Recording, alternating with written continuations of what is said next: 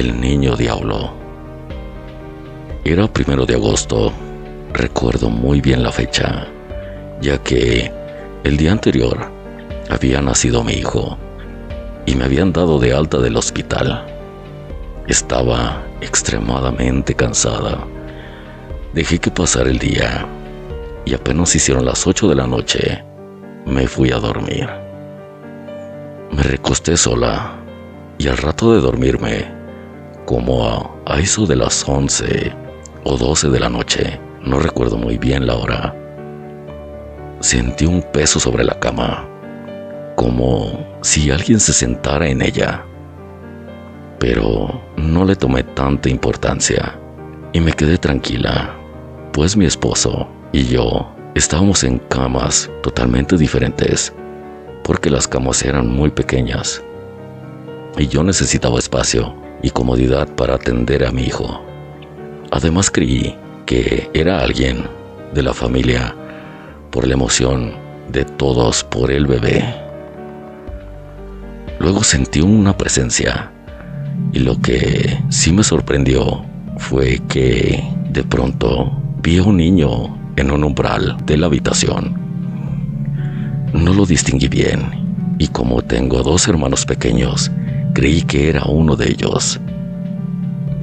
Comenzó a acercarse hasta acostarse a mi lado. Fue cuando me asusté, pero recuerdo exactamente sus extrañas facciones. Su rostro era demasiado blanco y con una sonrisa burlesca hacia mí. Tenía unos dientes horribles, manchados y filosos. Entré en shock, me privé y no podía moverme hasta que reaccioné. Como era primeriza, no sabía qué hacer. En ese momento no me acordaba ni del Padre Nuestro y lo único que hice fue agarrar a mi hijo para protegerlo, comenzando un terrible forcejeo con aquel ser maligno, quien quería llevarse a mi bebé.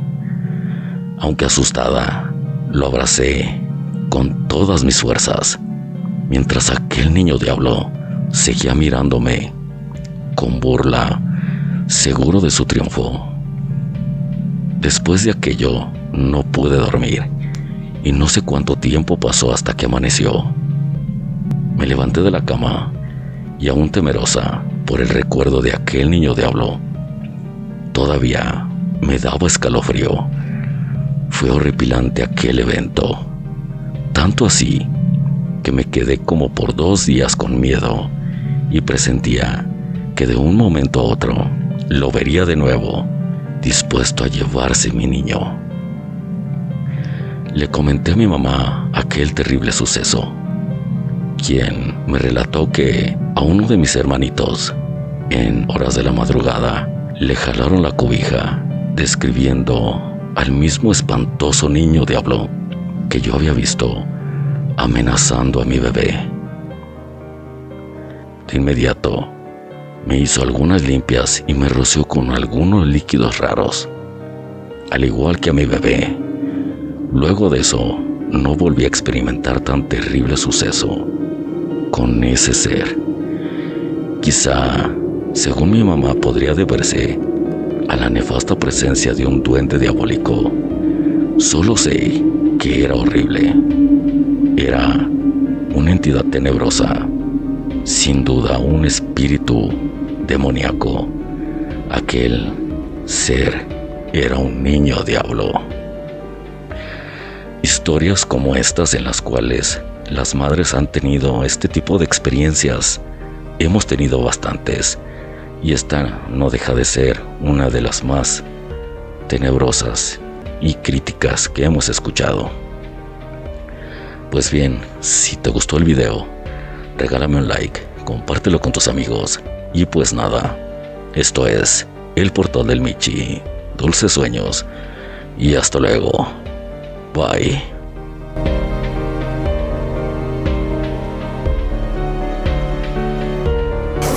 La mujer del diablo. Mi locura era extrema. Me encantaba jugar con los hombres. Yo, una mujer muy bella pero peligrosa, Seducir a los hombres y hacer de ellos lo que se me antojara era mi diversión. Era muy fácil manipular a un hombre. Primero, tenía que encontrar al tontito que cayera en mis redes. Una pequeña sonrisa seductora y ya estaba a mis pies. Mi próxima víctima se llamaba Raúl. Él cayó rápidamente en mis encantos y yo me volví su amante. Engañaba a su mujer conmigo, pero por supuesto que para mí él era un tonto más que pagaría muy caro el meterse conmigo. Él siempre pensaba que tenía el control. Tonto. Muy pronto haría lo que yo le pidiera. Un mes estuve haciéndole creer que estaba muy enamorada de él, hasta que logré tener el control. Solo le di una noche con él. Una noche que ninguna mujer le haría sentir. Y eso fue lo suficiente para tenerlo en mis redes.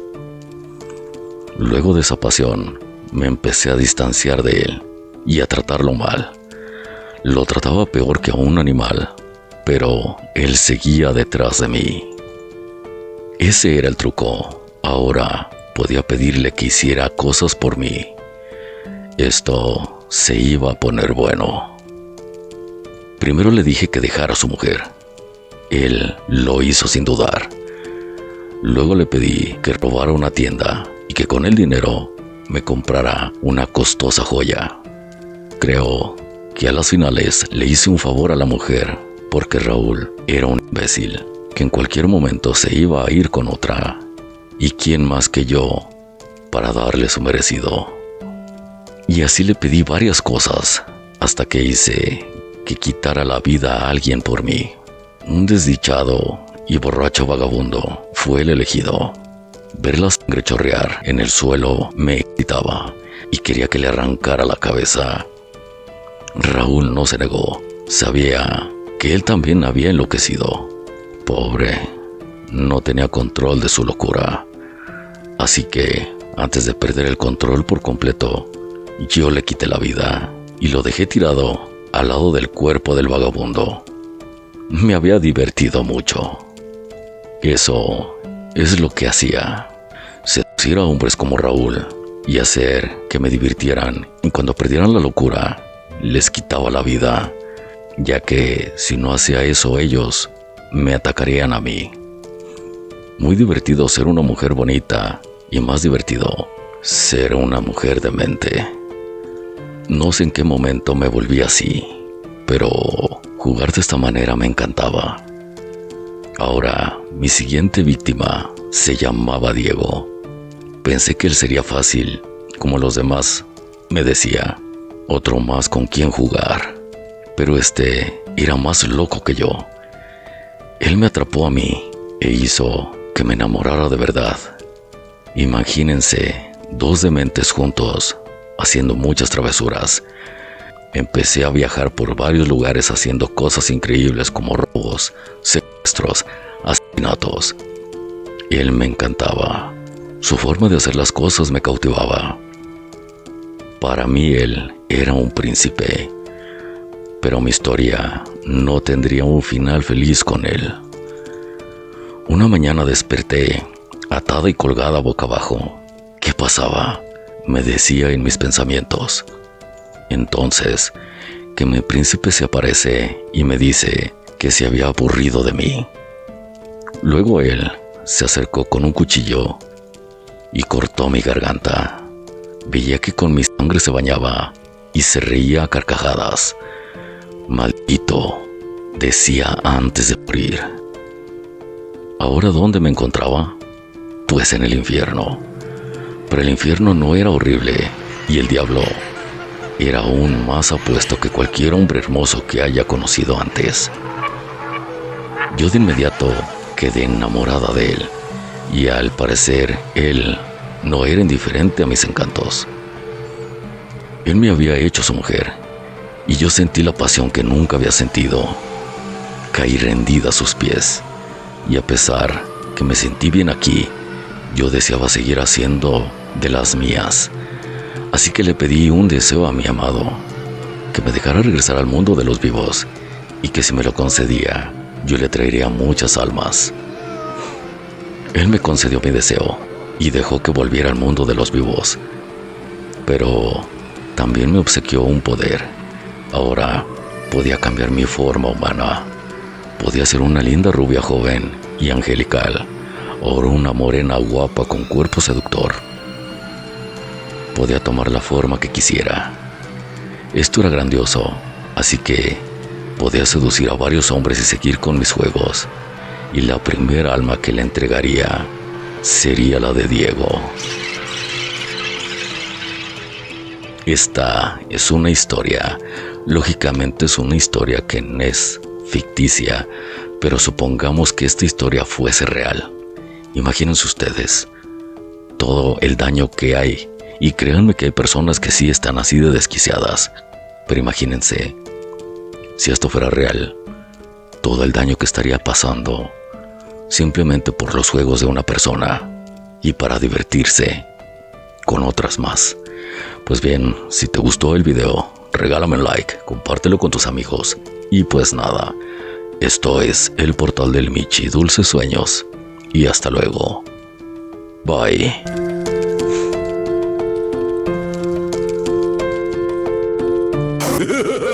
El susurro del diablo. Eran las últimas horas de la tarde. Se podría decir que caía la noche. Un hombre entró presuroso a la iglesia. Ya no encontraba ningún otro consuelo en busca de Dios. No en sí a Dios. Necesitaba estar allí, en el lugar, así donde podía encontrar paz y tranquilidad. En el confesionario, un joven sacerdote esperaba a otro feligrés. Pero en aquella tarde tan fría, era difícil que alguien se animara a salir, a menos que fuera alguna alma atormentada. El sacerdote, en su interior, sufría porque muchos de sus compañeros decían que Dios les había hablado.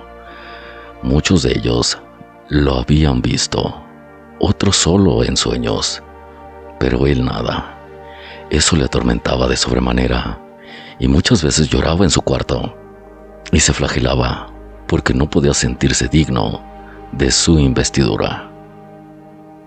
En la oscuridad de la noche, el sacerdote había logrado ver a un hombre que había entrado a la iglesia, pero una voz en su interior le habló y le dijo: «Está en la iglesia el alma que tienes que salvar.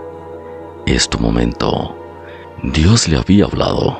Se puso de pie, y aunque la luz morticena de las velas le impedía ver a la figura que había sentada en una de las bancas, se podía escuchar el murmullo de su voz. Por el conocimiento que tenía, sabía que no rezaba, hablaba algo para sí mismo. Caminó con lentitud, mientras los pasos retumbaban en aquella sala vacía. Hacía que aunque se estuviera en la iglesia, parecía un sonido y una imagen lúgubre. Se sentía como si levitara. En ese momento, no importaban los problemas de los demás. Lo que lo guiaba era la plenitud de él. Él había hablado y se sentía digno. Al llegar vio a un hombre destruido. Sus ojos rojos se veía que había llorado. El sacerdote sintió fastidio. Pudo ver cómo olía tabaco y alcohol. Aún así se sentó a un lado de él y preguntó si podía ayudarlo. El hombre se detuvo. Solo en ese momento notó que el sacerdote estaba a su lado. «Padre, no sé qué me trajo aquí», fue lo primero que dijo. «Pero quiero que sepa que yo no soy creyente». El sacerdote se sonrió en sus adentros. Este era su momento: salvar y llevar el camino de la verdad a un alma perdida. El hombre siguió hablando, sin darle tiempo al sacerdote de preguntar qué pasaba. «En mi casa no hay para comer. Yo quiero conseguir trabajo, pero es difícil para mí, un hombre sin ninguna profesión. Mi esposa me quiere dejar. Si mi esposa se va, yo me muero, padre». El sacerdote pensó que era aquella una prueba muy banal. Aún así, habló con todo el amor que fue capaz. «Hijo, dices que no eres creyente. No necesitas buscar en Dios. Busca en tu corazón. Encontrarás la manera de no dejarla ir. una manera que pueda estar contigo para siempre. Al hombre se le iluminaron los ojos. El joven sacerdote no sabía qué había dicho. Eran palabras mecánicas que salían de su boca. El hombre le besó la mano al sacerdote y salió corriendo de la iglesia. Desde la puerta gritó: «Muchas gracias, padre». El sacerdote se puso de pie y después hincó una rodilla, miró el crucifijo alto del altar mayor y se echó la bendición. No entendió esa simple prueba, pero aún así estaba pletórico. Esa noche no necesitó flagelarse más. Ya había cruzado la línea de los elegidos. Dios le había hablado. Fue la primera noche que durmió con tranquilidad. Desde que se había ordenado como sacerdote, las primeras noches había sufrido más por toda la carne, por ese deseo del hombre que no lo dejaba tener tranquilidad. Pero ahora era un problema superado. El látigo se las había llevado. Se despierta con el primer campanazo de la iglesia. Ese día no tenía misa temprano. La primer misa es al mediodía. Así que enciende un viejo radio y escucha las noticias que un hombre asesina a su esposa, que quería separarse de él. La había estrangulado y después se había entregado a la policía. Lo extraño del asunto es que había dicho que esa era la única manera en la que su esposa no lo abandonaría, que él solo había tomado un consejo. El sacerdote se sentó en una silla petrificado y con la garganta seca.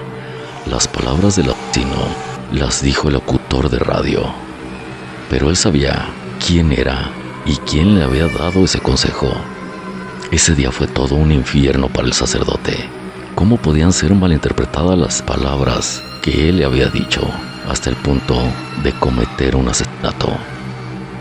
Esa misma tarde, nuestro joven sacerdote estaba de rodillas ante el crucifijo, rogaba a su Creador por una explicación, por lo que, siendo un elegido, habían sido las palabras de la muerte.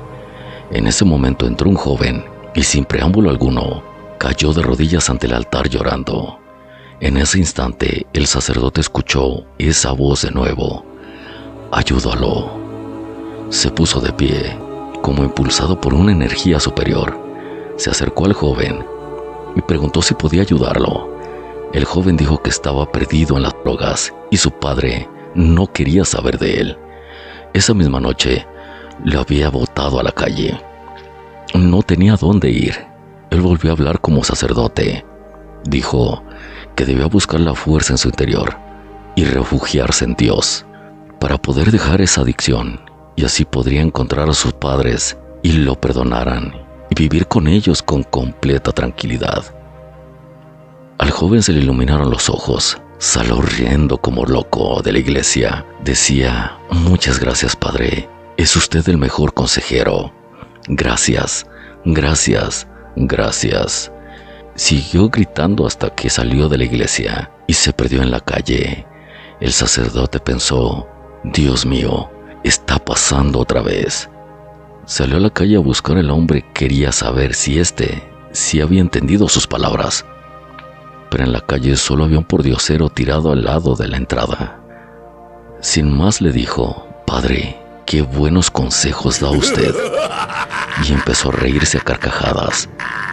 El padre entró a la iglesia despavorido de ese mendigo. Al entrar se arrodilló y empezó a rezar, pensando seriamente que sus palabras no la ponía en boca de Dios, sino el diablo. En la mañana tenía su primera misa a las 5 de la mañana, así que pudo escuchar las noticias cuando hubo terminado. Lo que sospechaba: un joven asesina a su padre a puñaladas, y después él se cuelga de una de las vigas de la casa. Había dejado solo una pequeña nota: «Padre, seguí su consejo. Estaremos todos juntos». Él cayó de rodillas llorando. Ese mismo día dejó el sacerdocio y se encerró en un pequeño cuarto cerca de la iglesia. Escuchaba solo noticias día y noche. En estas hablaban de asesinatos entre hermanos, esposos, padres a hijos, etc. En su desesperación, creía que él era quien había hecho que ocurrieran. Una tarde fue a la iglesia donde fue sacerdote y se pegó un tiro en la cabeza, muriendo frente al crucifijo del altar mayor. Pues nuestro padre joven se dio cuenta que sí, en realidad, quien le hablaba no era Dios, sino el diablo. Esta es una historia bastante desgarradora.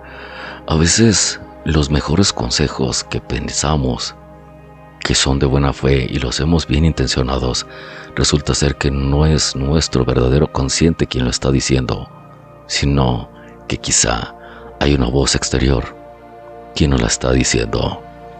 Pues bien, si te gustó el video, regálame un like, compártelo con tus amigos y pues nada, esto es el portal del Michi Dulces Sueños y hasta luego. Bye.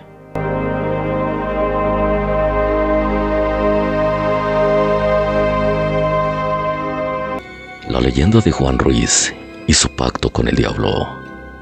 Ten cuidado con lo que deseas, pues se puede hacer realidad. En el Estado de México se cuentan muchas leyendas. Una de ellas habla sobre Juan Ruiz y su pacto con el diablo. Y esta es su historia. Juan Ruiz era un hombre de escasos recursos, que por azares del destino llegó a Tlamaca, una zona ubicada en la región de los volcanes, en el Estado de México. En el camino existe una peña donde Juan habría firmado con sangre su pacto con el diablo. Tras cerrar el trato con esta mítica figura, Juan recibiría visitas en su domicilio de un hombre lleno de elegancia y buen porte. Pero lo que más curioso era que a su llegada podría escucharse cuando descargaba dinero e inexplicablemente Juan se hizo de una inmensa riqueza. Sin embargo, al pasar el tiempo, empezó a mostrar comportamientos extraños. Se le podía ver intranquilo, por lo que sus familiares estaban bastante preocupados. Así que lo cuestionaron sobre esa inquietud, y el hombre reveló que el precio de sus posesiones era su alma, pues se le había entregado al mismísimo diablo a cambio de su mayor anhelo terrenal, el dinero.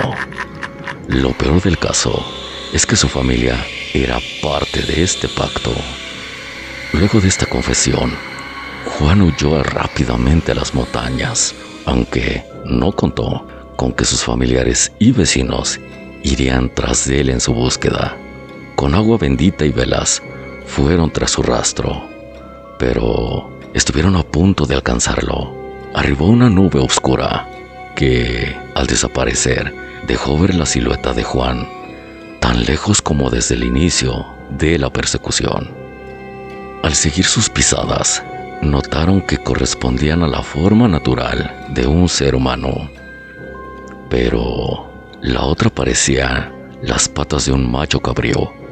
En el camino encontraron uno de sus guaraches, y frente a la cueva de aquella peña estaba el otro, junto a las huellas de Juan, que a esas alturas ya eran totalmente de un animal.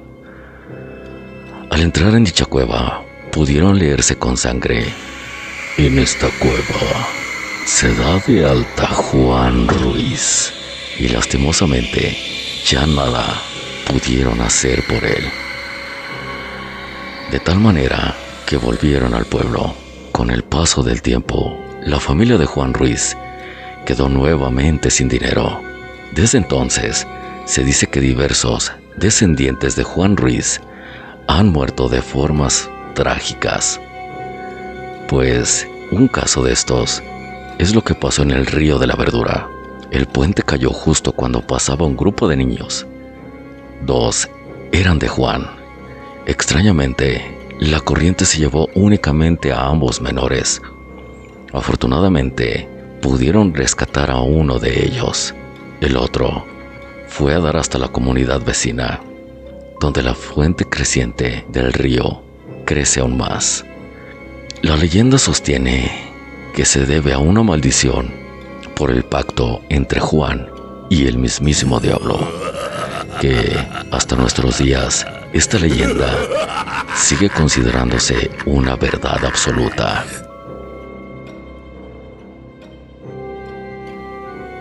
Hablar siempre de historias del diablo, leyendas de pactos con él, de esta inmensa riqueza que le suele dar, de los beneficios que éste puede entregarte, a cambio simplemente de una cosa que tú le tienes que dar, que es tu alma.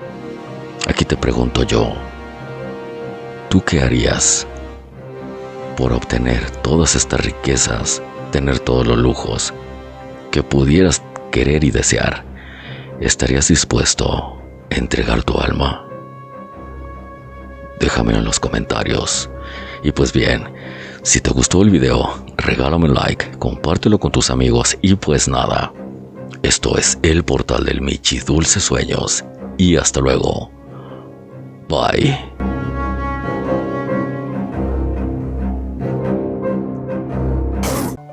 El trono del diablo. No todo era dulzura. En los viejos tiempos que los moradores del cielo bajan a la tierra y se metían en nuestras casas como Pedro por la suya. También los espíritus infernales solían dejar sus caldeados antros y pasar veranos y hasta inviernos entre los pacíficos moradores de las riberas de Grijalba que, por desgracia, estas no solo han producido nardos y flores, como dice el poeta, sino hasta ciertas alimañas ponzoñosas, dragones y más o menos aterradores. Hay un paraje muy famoso del río Grijalba, conocido desde el siglo XVII, o acaso desde antes, como el trono del diablo. Era fama que, en ese sitio, o recodo del río, en el que el trono del diablo se aparece el mismísimo demonio durante las noches oscuras, haciendo muecas, chisporroteando como un torito de fuego, de esos que hacen la delicia de chicos y grandes en nuestras fiestas populares en México, como echando lumbre por los ojos y la boca. Lo raro de todo aquel era que, cuando se armaban los vecinos de Villahermosa e iban temblorosos, aterrados, a espiar a aquel demonio durante sus alardes pirotécnicos, no aparecía por ningún lado. Se evaporaba, se deshacía, como si se lo tragara la tierra en el mismísimo infierno. Pero, ¿esto cómo era posible? Muchos dudaban de las apariciones del diablo aquel, pero porque decían, y no les faltaba razón, ¿cómo es que cuando remota el río alguna canoa o barca y el patrón viejo o borracho que está ahí, el ser infernal, levantando llamas altas como palmeras, aparece? Y si la fuerza de seguridad pública se presenta, se ha ido, pero bien ido, de no verse ni un solo rastro. A pesar de ello, había quienes juraban a 5 cruces, entrelazado a un tiempo de los dedos de ambas manos, que era cierto que su señoría, el diablo, un diablo negro, como el mismo pecado, con cuernos y pezuñas y gigantescas tallas, hacía sus correrías por el sitio que hoy lleva su nombre en las aguas de Villahermosa. Quienes con tal calor aseguran la verdad del caso eran nada menos que los propios remadores de barcas y canoas que habían tenido la mala aventura de pasar una noche tenebrosa por el sitio maldito. No podían dudar de las apariciones diabólicas, en primer lugar por sus ojos, que a esas horas estaban más alerta. Habían visto sin duda al hijo del Averno, sus llamas y los demás atributos de esa terrible persona. Y en segundo lugar, porque en presencia de aquel ser sobrenatural, siempre se apocaban los ánimos y las piernas se echaban a correr por playas y barrancos. Las canoas cargadas con mercancía quedaban abandonadas y cuando al siguiente día volvían los fugitivos, solo hallaban carbonizados los tablones sobre alguna playa o flotando sobre el río abajo. Así que, como los despojos deformantes de remos y arpones. Por supuesto que de mercancía ni el menor indicio, ni el más pequeño rastro, por lo que las víctimas no podían dudar de las apariciones del demonio, y corrían el rumor publicando lo acontecido. No faltó, a pesar de todo, quien asegurara que no era ningún ser infernal el autor de tales fechorías, sino los mismos remeros y patrones de canoas que se robaban la mercancía y quemaban luego las embarcaciones, yendo a contar a los infieles armadores las anécdotas antes mencionadas.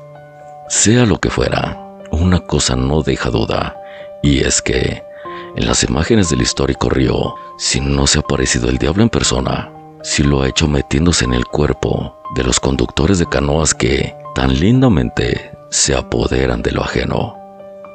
Porque solo un demonio podía inducirles el cometer el pecado tan feo de un robo.